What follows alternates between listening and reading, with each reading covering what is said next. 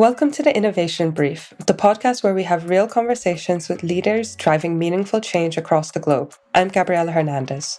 And I'm Stephanie Shaar. Each episode, we bring you insights from innovators who are shaping the future through bold ideas, fresh perspectives, and transformative work. Today, we're joined by Sandra Raad, head of the UN World Food Programme Innovation Network, where she has spent the last decade working across program policy to scale up enablement to community engagement with the purpose of supporting innovation for zero hunger.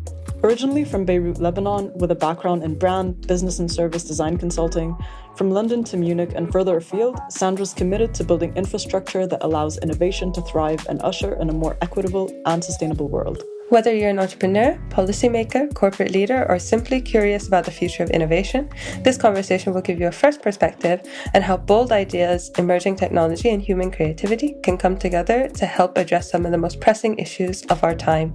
Let's dive in. Welcome, Sandra. Thank you for joining us. Thank you both. It's a really pleasure to be here.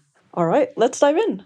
Could you start by telling us about your role and the work that you and your team do at the World Food Programme? Yeah, sure. Well, maybe for your listeners that aren't very familiar with the WFP, I can maybe start by giving you some context. So our latest analysis shows that there's about 318 million people facing acute hunger. And within that context, the World Food Programme is the largest organization worldwide, humanitarian organization working to eradicate hunger. And within the World Food Programme, we founded an innovation accelerator about 10 years ago. And I'm part of the leadership team of the Innovation Accelerator. And my team specifically focuses on making innovation possible, practical, and scalable across a quite large and complex organization, as you can imagine. So my team specifically focuses on building internal communities and helping not own innovation, but rather enable the uptake and the adoption of innovation across all of our operations and together with the governments that our operations work with.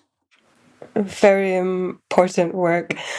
One of the things, that we like to ask our guests is, what does innovation mean to you? And maybe what isn't it? Particularly when you're thinking of solving such an important issue, such as hunger. I mean, that's always a very complex and difficult question for me personally to answer.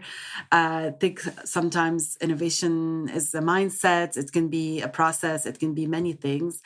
For sure, what it is at WFP is really at the heart of our mission, and it has been our mode of operation even before we had like a formal innovation function within the organization.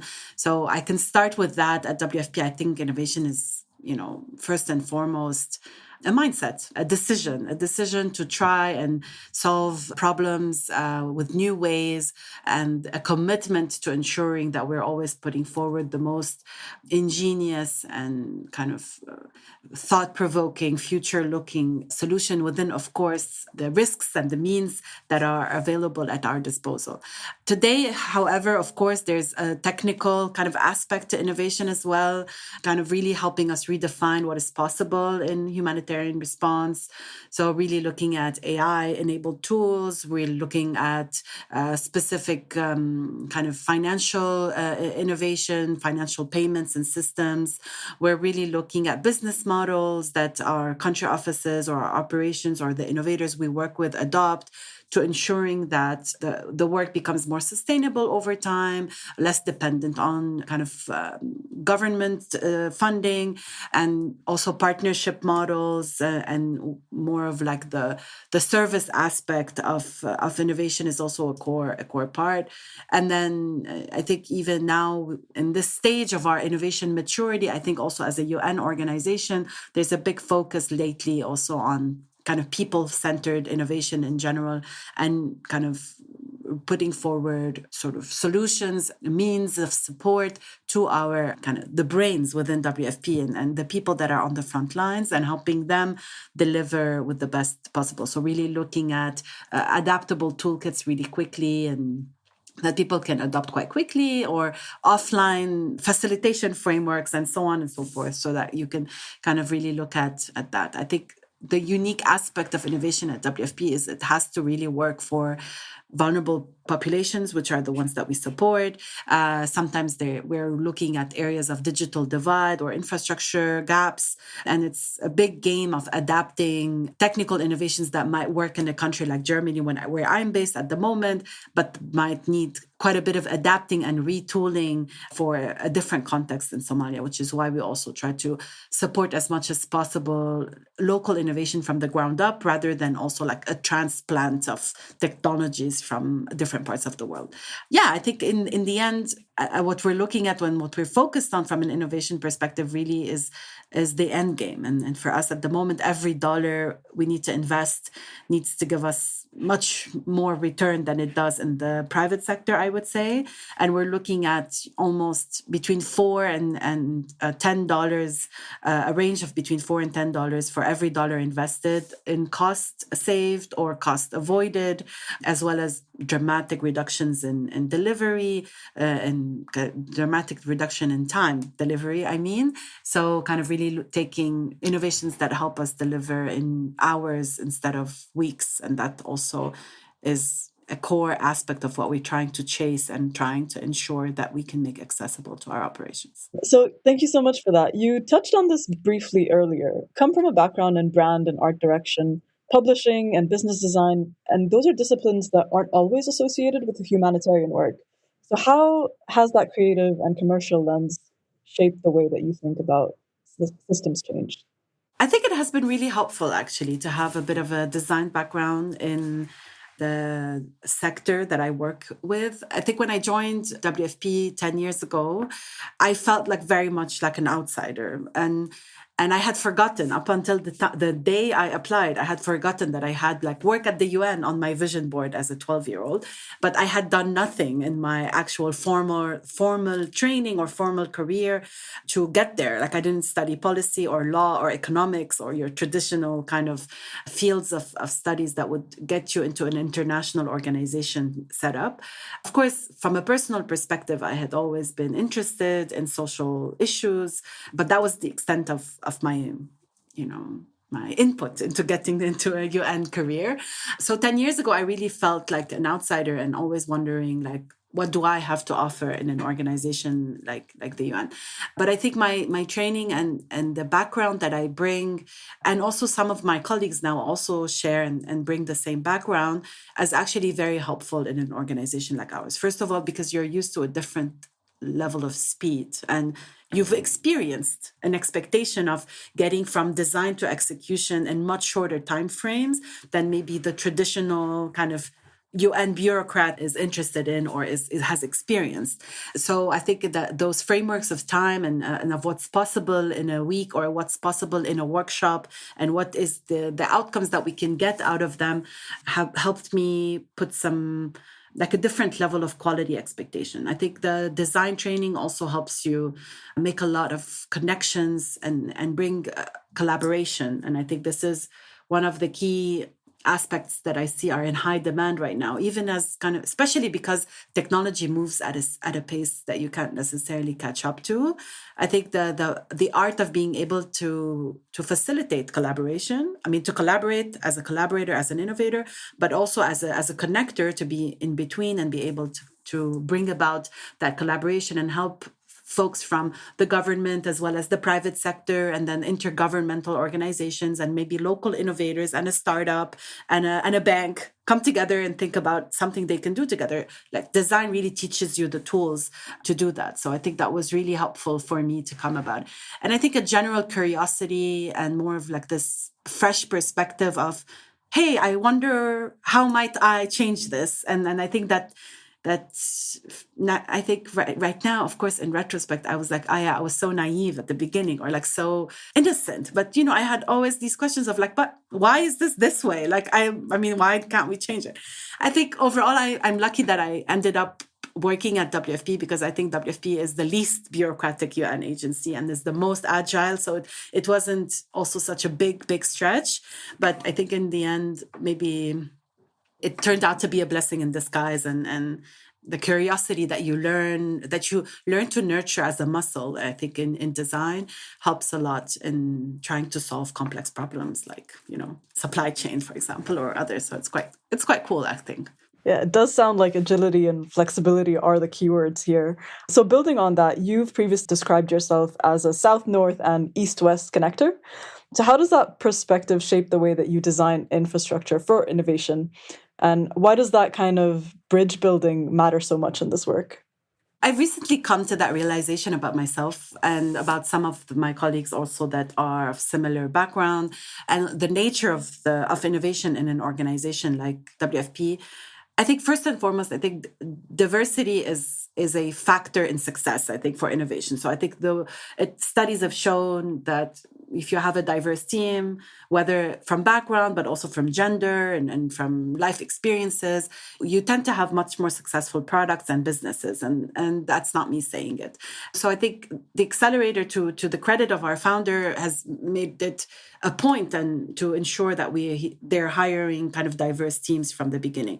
And I think specifically, I grew up in Lebanon, and I think that's a training in and of itself in adapting and in being agile and in also maintaining a commitment to execute and see things through and not get discouraged by external factors. And I think that helps a lot. I think it also helps to be a translator of a lot of innovation concepts that tend to be created in Western economies. So a lot of the literature on innovation, at the moment, many of the technical advances that we have from innovation come from Western countries, but they're not necessarily thought through for the type of operations that the World Food Program operates in, whether those are the kind of low infrastructure or low connectivity or really complex conflict environments that don't necessarily provide the stability that you have in other countries where you have acceleration frameworks that don't just apply in countries like Somalia and others. So I think being able to use that in between of being someone that understands and can speak the languages of innovation in a Western world, but has lived the realities of an emerging country that continuously tries to get to stand up, but for whatever reason faces adversity across the board, and still continues to innovate. I think is a key advantage. And I see my colleagues that thrive are the ones that are able to translate these. I think it's the other way around as well. I think there's sometimes an assumption that knowledge and progress flows from north to south and from west to east.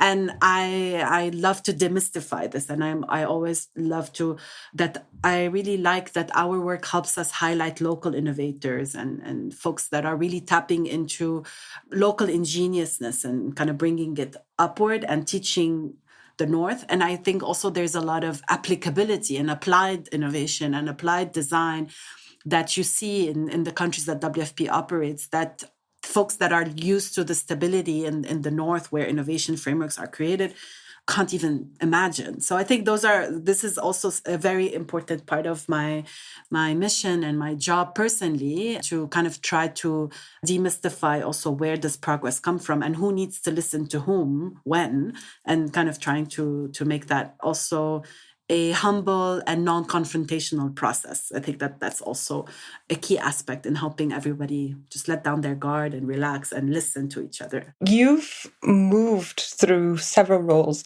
within the World Food Program over the past decade. So like you've from program policy officer to the role that you sit in now. And what do each of these kind of transitions teach you about how innovation actually gets embedded into large institutions like the World Food Program, the UN? Yeah, I mean, I touched on this before. I think when I first joined, I think objectively really wasn't, but also didn't feel like I belonged in an organization like WFP.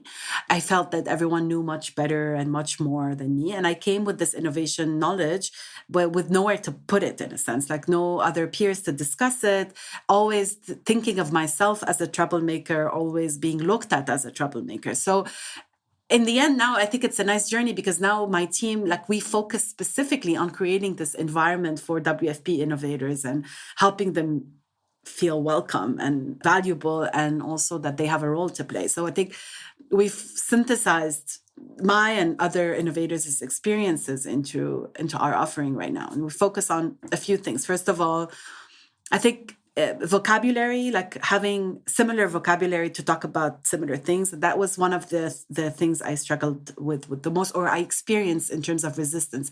We would be, myself and my colleague, talking about the same things, but I'm using different words because I don't come from the sector.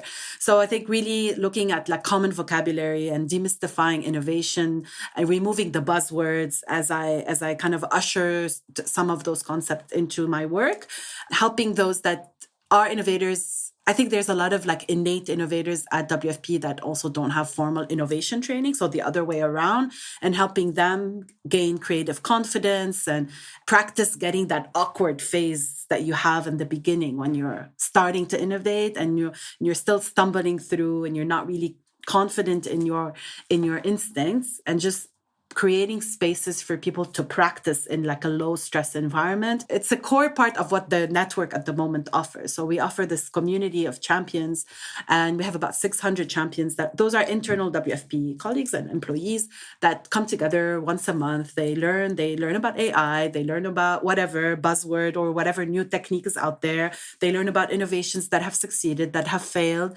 and you kind of just demystify it and make it easy and simple for folks to do that. So that's kind of a first world, like on culture, on skills, on peer network. I think those are really essential for folks not to feel alone. And in an organization like ours, where you have a lot of people that move around from one operation to the other, that tends to become an asset, because then people take those concepts and take them into a new operation. So it helps us with spreading the message. There's, of course, a category of like really putting forward like real hard resources for people that need to innovate. I think I don't want to also gloss over, it's not only on the individual. Like I think there's a responsibility for the organization to create a space with resources for people that seek to innovate, or especially if innovation is a core value or as an objective or as a goal of that organization, which is where, for example, WFP 10 years ago created an innovation accelerator, really as like this space to experiment with cash, like people get funding to do innovation. So I think this is essential. I don't think that and now we think about it as like old news, but it's really still like a core part of what makes the model quite successful, is that people get money to test ideas in a cash-strained environment. Sometimes that's the thing that differentiates whether you can or cannot. But resources is not only money, it's also people that have the expertise and are willing to give the time. So kind of having people that know how to hash out a quick business model, or really look at an innovation journey, or trying to accelerate through an innovation framework, or understand VC culture and try to bring it to the world of the UN, I think is quite useful, and help to create these parallels or these transferable concepts between those worlds that would otherwise have a hard time mixing. Resources can also look like external mentors, access, partnership, a platform to talk, visibility. So I think really organizations at the moment right now, you need those areas to make sure that you have some uptake. Otherwise, it's a bit, it's difficult. Like it's not only on the individual to upskill. There's a lot of leadership buy-in, of course, that's needed. There's, I think in my experience, a little bit of also leadership education that you need to kind of bring up. You need to make them care. And in order to make them care, you need to change your pitch. You need to talk about it in a way that resonates with what their priorities are, of course. And I think you need to have also, we need sometimes from an innovation perspective, if you're someone like me coming from the outside 10 years ago, you have to talk about what I would have said, like the boring things, like, risk, or talk about procurement, or like basically how do we work with external businesses. Those are boring topics from an innovation perspective, but for an organization like ours, those are the building blocks for how innovation becomes easy, and we limit the obstacles and the blockers that may stand in your way. So I think really not shying away from tackling those boring, I don't know how to call them, like blockers, I would say institutional blockers, really kind of thinking about risk frameworks for innovation, and trying to make it manageable and quantifiable in a way where also risk is not overly estimated but still allowed. Otherwise you can't really innovate. Like how? So I think overall, I think it's important that innovation, and it has been my experience that for leaders to listen, I think you want to make sure that innovation is always rooted in solving real problems and that we're not focusing on innovation for innovation's sake, which might be a syndrome that you see sometimes, innovation as a navel grazing kind of mechanism of trying to only reinforce the things we're good at. I think, no, it's really important to try to solve hard problems and bring evidence and focus on those conversations with your leadership and with the decision makers and the gatekeepers, and not shy away from engaging with them openly, in an honest way, I think is quite essential, I have found. Yeah, thank you for that. And speaking of the real and hard problems, can you walk us through a specific innovation that your team has supported from, its earliest stage to where it is today? And maybe tell us a bit about what that journey actually looked like on the ground. Yeah, I mean, there's a number of innovations right now. For example, in 2025, WFP has supported 85 innovations, and those innovations have reached, I think, about 130 million people. So it's a massive portfolio that we have. And out of that, there's a lot of examples of innovations that are really tackling difficult problems. One of my favorite is really on supply chain optimization. It sounds boring, but really like an AI tool that helps WFP know when to buy food, from where, at which moment, where to store it, when to distribute it, so that it saves the most amount of money, but also cost, ensures that nothing goes to waste.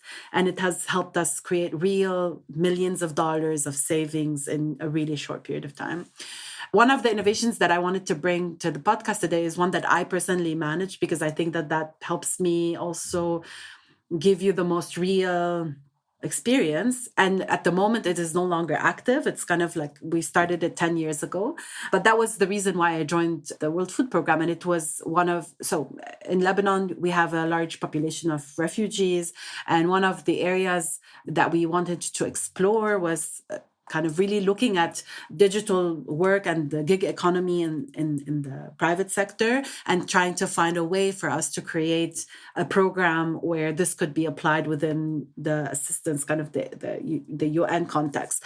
So that was one of the initial projects that I worked on. It's called Impact. And now we have like a spin-off that is delivered together with a private sector company, which is a much better model. But the one that I had worked on before was a fully internal innovation for the World Food Program, where we basically train some of the people that we work with, and we try to serve on basic digital skills, on being graphic designers or even annotators or whatnot for kind of micro work, and others, machine learning, data annotation, etc. And then we connect them with job providers online. And the basic hypothesis was that people move around, and this was also, I think, one of the key reasons why I wanted to highlight this wasn't a traditional type of innovation or area of work for the World Food Program at the time, but it was a really needed new things to introduce, because we were for the first time working with a refugee population that was different from the refugee populations that we had before.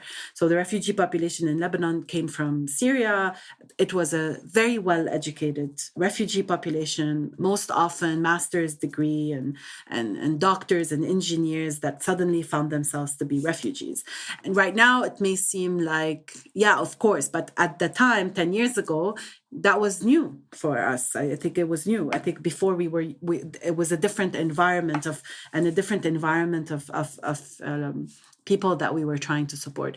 So I think the core aspect of that innovation, first and foremost, was to really stop and observe and listen and see, who are the people we are trying to design for?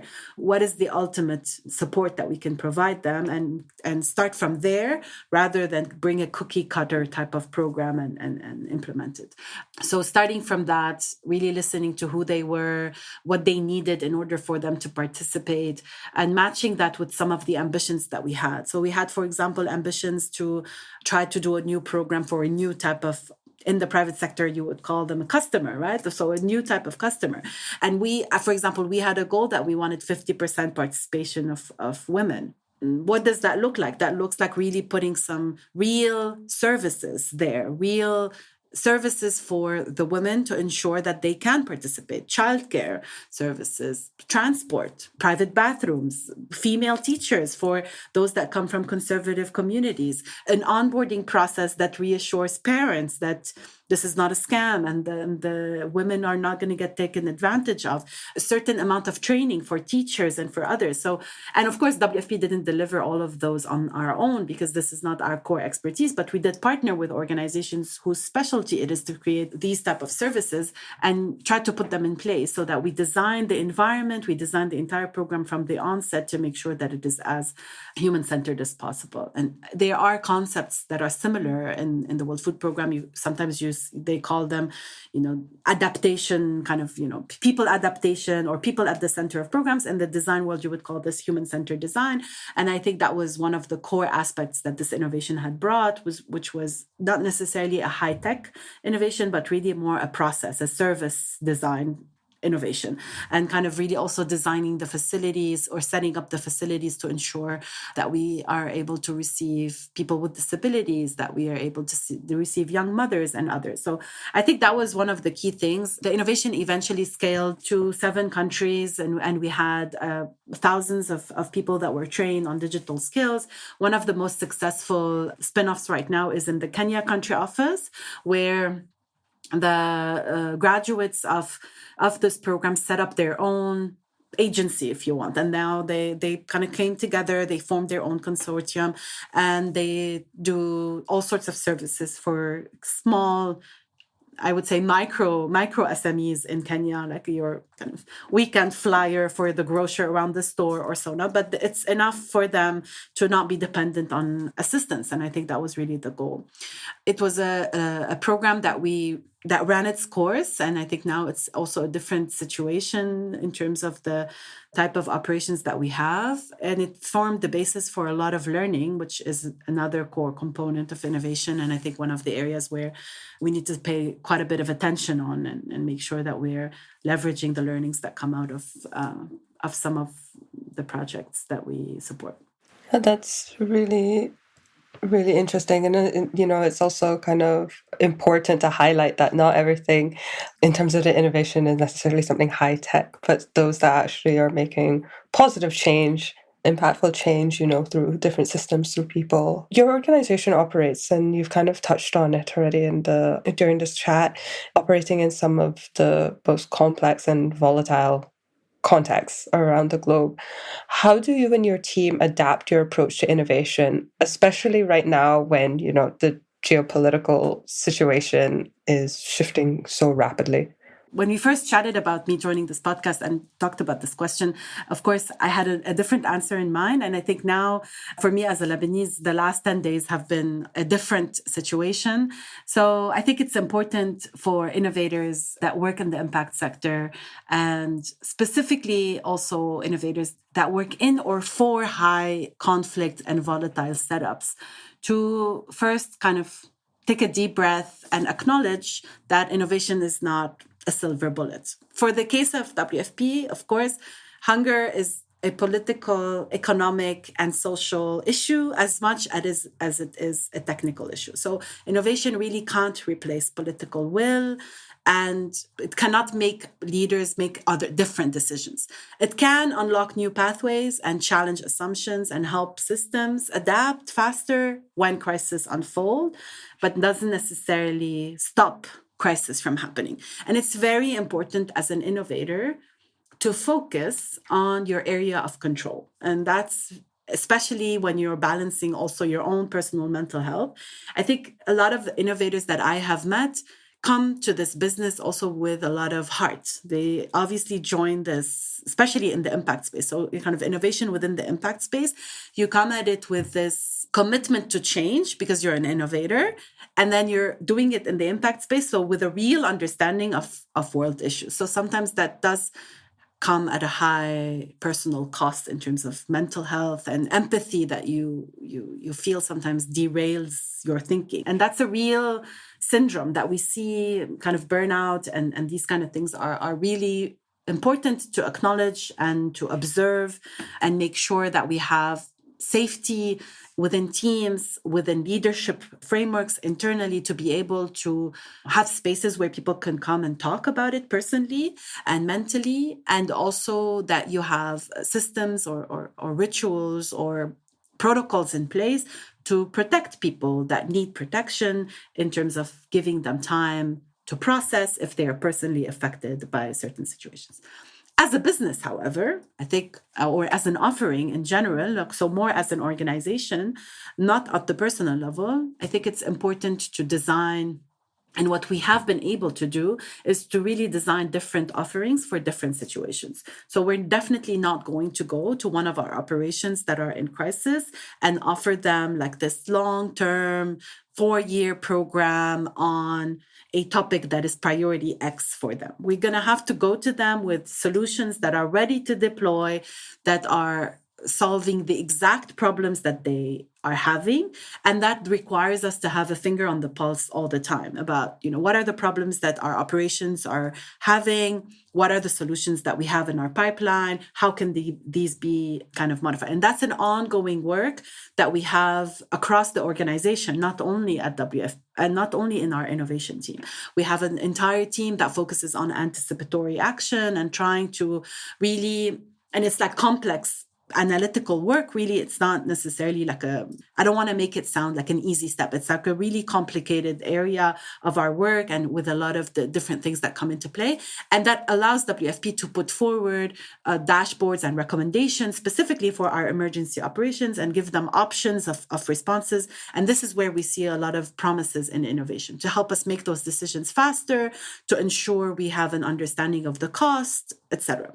And then you have your more stable, more kind of protracted kind of situations where you can then go in with a more sort of slow cycle of innovation, and where you can also try and think about more longer term interventions that can yield results in further down the line and not necessarily immediately, because those are still worthwhile to pursue, and they are the ones that help us reduce needs over a long period of time, rather than continue to all the time respond to immediate and emerging needs. So I think that tension is a real one. It's one that we are grappling with every day. And I think it's important that you have kind of a personal strategy to protect yourself if you feel affected, and then more of a business strategy and different offerings for your organization so that you can respond with adaptability. And I think that's a core value for innovation in general, and one that I've, of course, touched on earlier before.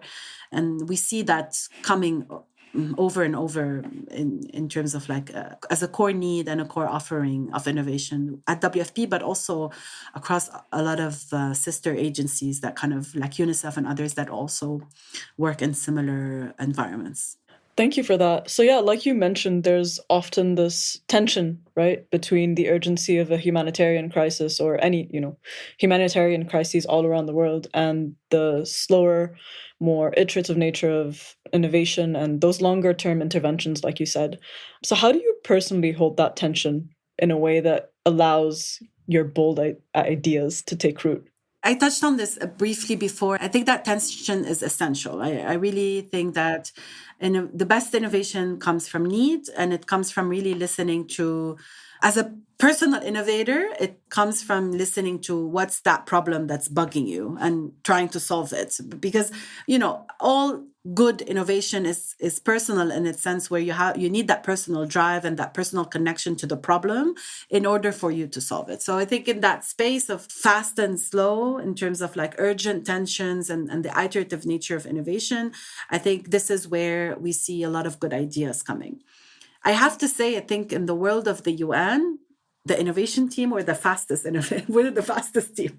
So I think it's also relative. I think sometimes it has been my experience that there is that speed to innovation that is. So I think it depends on what we benchmark innovation against. I think sometimes we, within a world of the world of the UN, an accelerated path on innovation. So kind of when we take some of our programs and projects through an acceleration program, they go from kind of proof of concept or like an early stage innovation to a scale up within, 15 months or which is a really fast kind of fast timeline for the UN. So for our sector. So I think this is important to also acknowledge and make sure that we're setting the right expectations for that. But I think, as I mentioned earlier, I think that adaptability of innovation and the innovation mindset from a process perspective is quite essential. And what we've seen is like having a space where innovation can take hold and innovators can be protected, quote unquote, from the urgency of their day-to-day work. If, of course, the operations allow them and they're released into an acceleration program, I think that that's a really worthwhile avenue, because then they dedicate some time to just focus on the problem and try to iterate around different solutions and then set that. So I think it's not necessarily the different in speed as much as it's creating more of a safe space, not a safe space as much as an independent space, so kind of a secluded space where you're not really focusing on your day-to-day operations, but focusing on really like taking care of that innovation. That was really also important in the early days of the Accelerator when it started 10 years ago, coming into an organization where that methodology wasn't kind of day-to-day. It was very important to create that separate space. I see that a lot less these days. And so in this evolution of an innovation function within a large organization, I see that less and less. Now, innovation is like part of the process. It becomes part of, it's no longer like a topic on its own. It's kind of sprinkled across all the different avenues that the organization works on. We have innovations in every division. We have innovations that are supported by not supported, that are owned by every function in the organization. Whereas before, the Accelerator also needed to own and protect certain innovations so that they would be viable for a while until the early adopters adopted them. And I think that shift comes from a change in mindset, and that can only happen over time when people kind of see the successes of innovation over time. So I think you can't really look at it in a vacuum, and it has to be considered in the context of an organization, whatever that is. And then within that, I think it's important to look at gains over time and how that changes the methodology, and then you update the methodology accordingly. Just to kind of go back to, we don't want to glaze over the fact that right now it's been very intense, difficult, intense yes. period, yeah. right? And staying hopeful and motivated is something that many people are, quietly struggling with right now. Like, what practices or principles kind of help you and your team keep going and keep believing and doing the work that matters? I think obviously, first of all, it's important to give yourself space to feel all the things that you need to feel. And I think that's in today's world, sometimes I try to insist on that feeling, because it's, how else am I going to know that I'm a human being and not a robot or an AI representation of myself out there in the world, right? So I think it's, just in terms of like, I tell my team all the time, like, it's important to acknowledge that the sadness that you feel sometimes at the state of the world, or all of us, we have these moments of paralysis. And I think it's important to acknowledge that that's happening, and kind of also acknowledge what works for you personally. So every person on their own. I think more as a leader of a team, and also as a member of like the leadership team here at the Accelerator, I think it's very important for us more on like a meso micro level to focus on who are we trying to support here? Who are the people that we're trying to serve? Who are our clients? Like, why did we do this to begin with? I think like really focusing on the end game all the time and not get distracted. I don't want to use that. I don't want to glaze over the fact that we are having a series of really difficult crisis on top of crisis, and the world is not able to recover before a new crisis starts. And those are not only political crises, but we see the effects of climate change. We see the post effects of COVID. And I think there's a lot of like real challenges that the world at the moment feels on fire. And so it's important to really acknowledge that you're not imagining it. It is real, right? But then really focusing on the end game, focusing on, for me, I think personally, really trying to remember the people that I want to serve, the people that WFP is serving. I have their picture as my background, like my wallpaper background. I look at them after every email. So I think it's important to have your personal motivation that keeps you going, in making sure that you have a really good listening space, listening to your partners, listening to your customers, the people we serve in our case, and your team, if you're a leader, your peers also, if you're a leader, and kind of having your finger on the pulse of what's going on. We have to normalize rest and honesty and reflection and taking a day because you're not feeling well. I think that's okay. I think in this day and age, I think that's okay. I think we've gotten to levels of productivity where if you take half a day to just come back to yourself, it's not going to be the end of the world. I think for us also within WFP, we always try to make sure that we're being considerate of some of our other colleagues that are in much more difficult duty stations. So at the moment, the unit that I work with, we're based in Germany, and I have colleagues and friends that are based in duty stations that are quite difficult, like objectively, right? They don't see their families for weeks on end. They live in a compound confined. They can't go on a walk for like fresh air.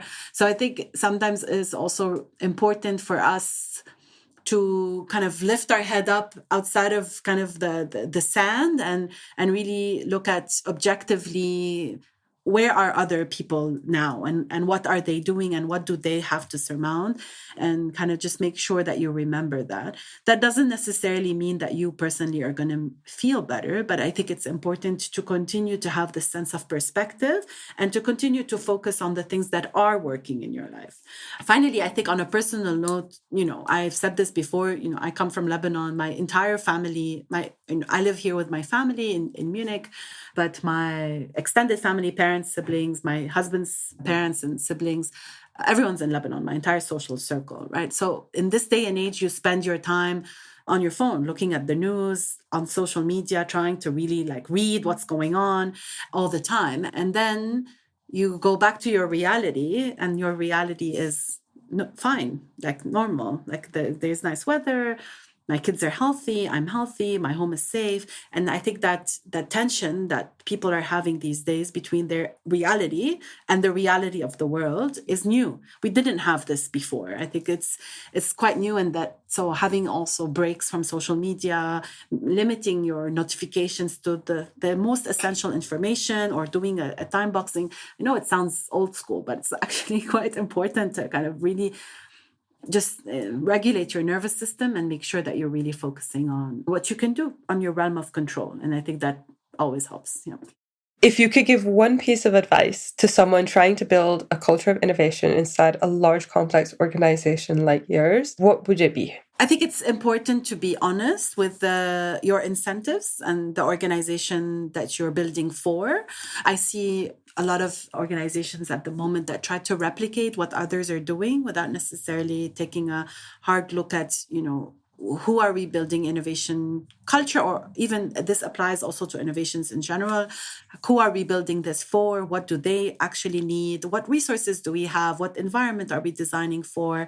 And so on and so forth. And kind of quite be honest about that and design for the organization, not kind of throw in a culture or kind of a framework at an organization and push it to adapt it. And I think I've seen a lot more uptake and engagement and adoption by creating frameworks, whether those are cultural frameworks, transformation frameworks, innovation frameworks, together with the people that you're seeking to kind of bring along on this journey, rather than kind of do it on your own and then send it to them. So I would say design with your organization, for your organization, not alone, and kind of send it to them. I think that would be a really important one. And I can also just say quickly, I think it's important to commit to having a finger on the pulse of what's going on externally. I think specifically in the innovation space. So I think for organizations like mine, like the World Food Program, like the UN, that maybe not necessarily so tapped into the latest advances in innovation, I think having a commitment that, no, we should bring that forward and we should expect excellence out of those services the same way we expect excellence out of our own services that we consume as consumers. I think it's important to stay on that commitment and to make sure that we're bringing in excellence into these organizations, because ultimately the people that we're designing for and the people that we're trying to innovate for, they deserve excellence as well. Yeah, they deserve long-term, really good, solid solutions that help them, have a different outcome for their lives, and it's important to focus on that as well. Thank you so much. And finally, for anyone who wants to follow your work, learn more about the WFP and its innovation work, or find ways to support what you're building, where should they go? How can they best connect with you?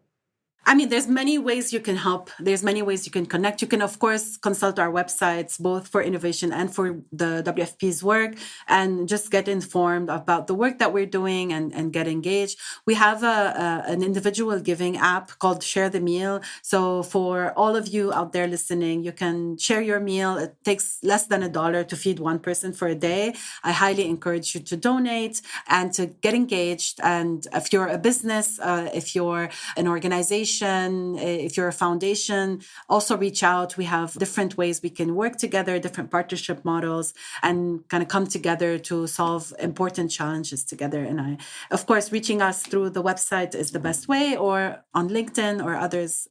Amazing. We'll be sure to put those links in the episode description so that everyone can learn more, connect with you, and also support the important work that your team are doing. Sandra, thank you so much again for joining us. We really appreciate you sharing your insights with us and all the work that you and your team are doing. Well done, and please keep it up. And that's a wrap on this episode of the Innovation Brief. If you enjoyed this conversation, please subscribe to Innovation Brief and leave us a review. It helps other innovation leaders and curious minds discover the show. We'll be back next time with another inspiring conversation. This has been the Innovation Brief. I'm Stephanie Shaar. And I'm Gabby Hernandez. Thanks for listening.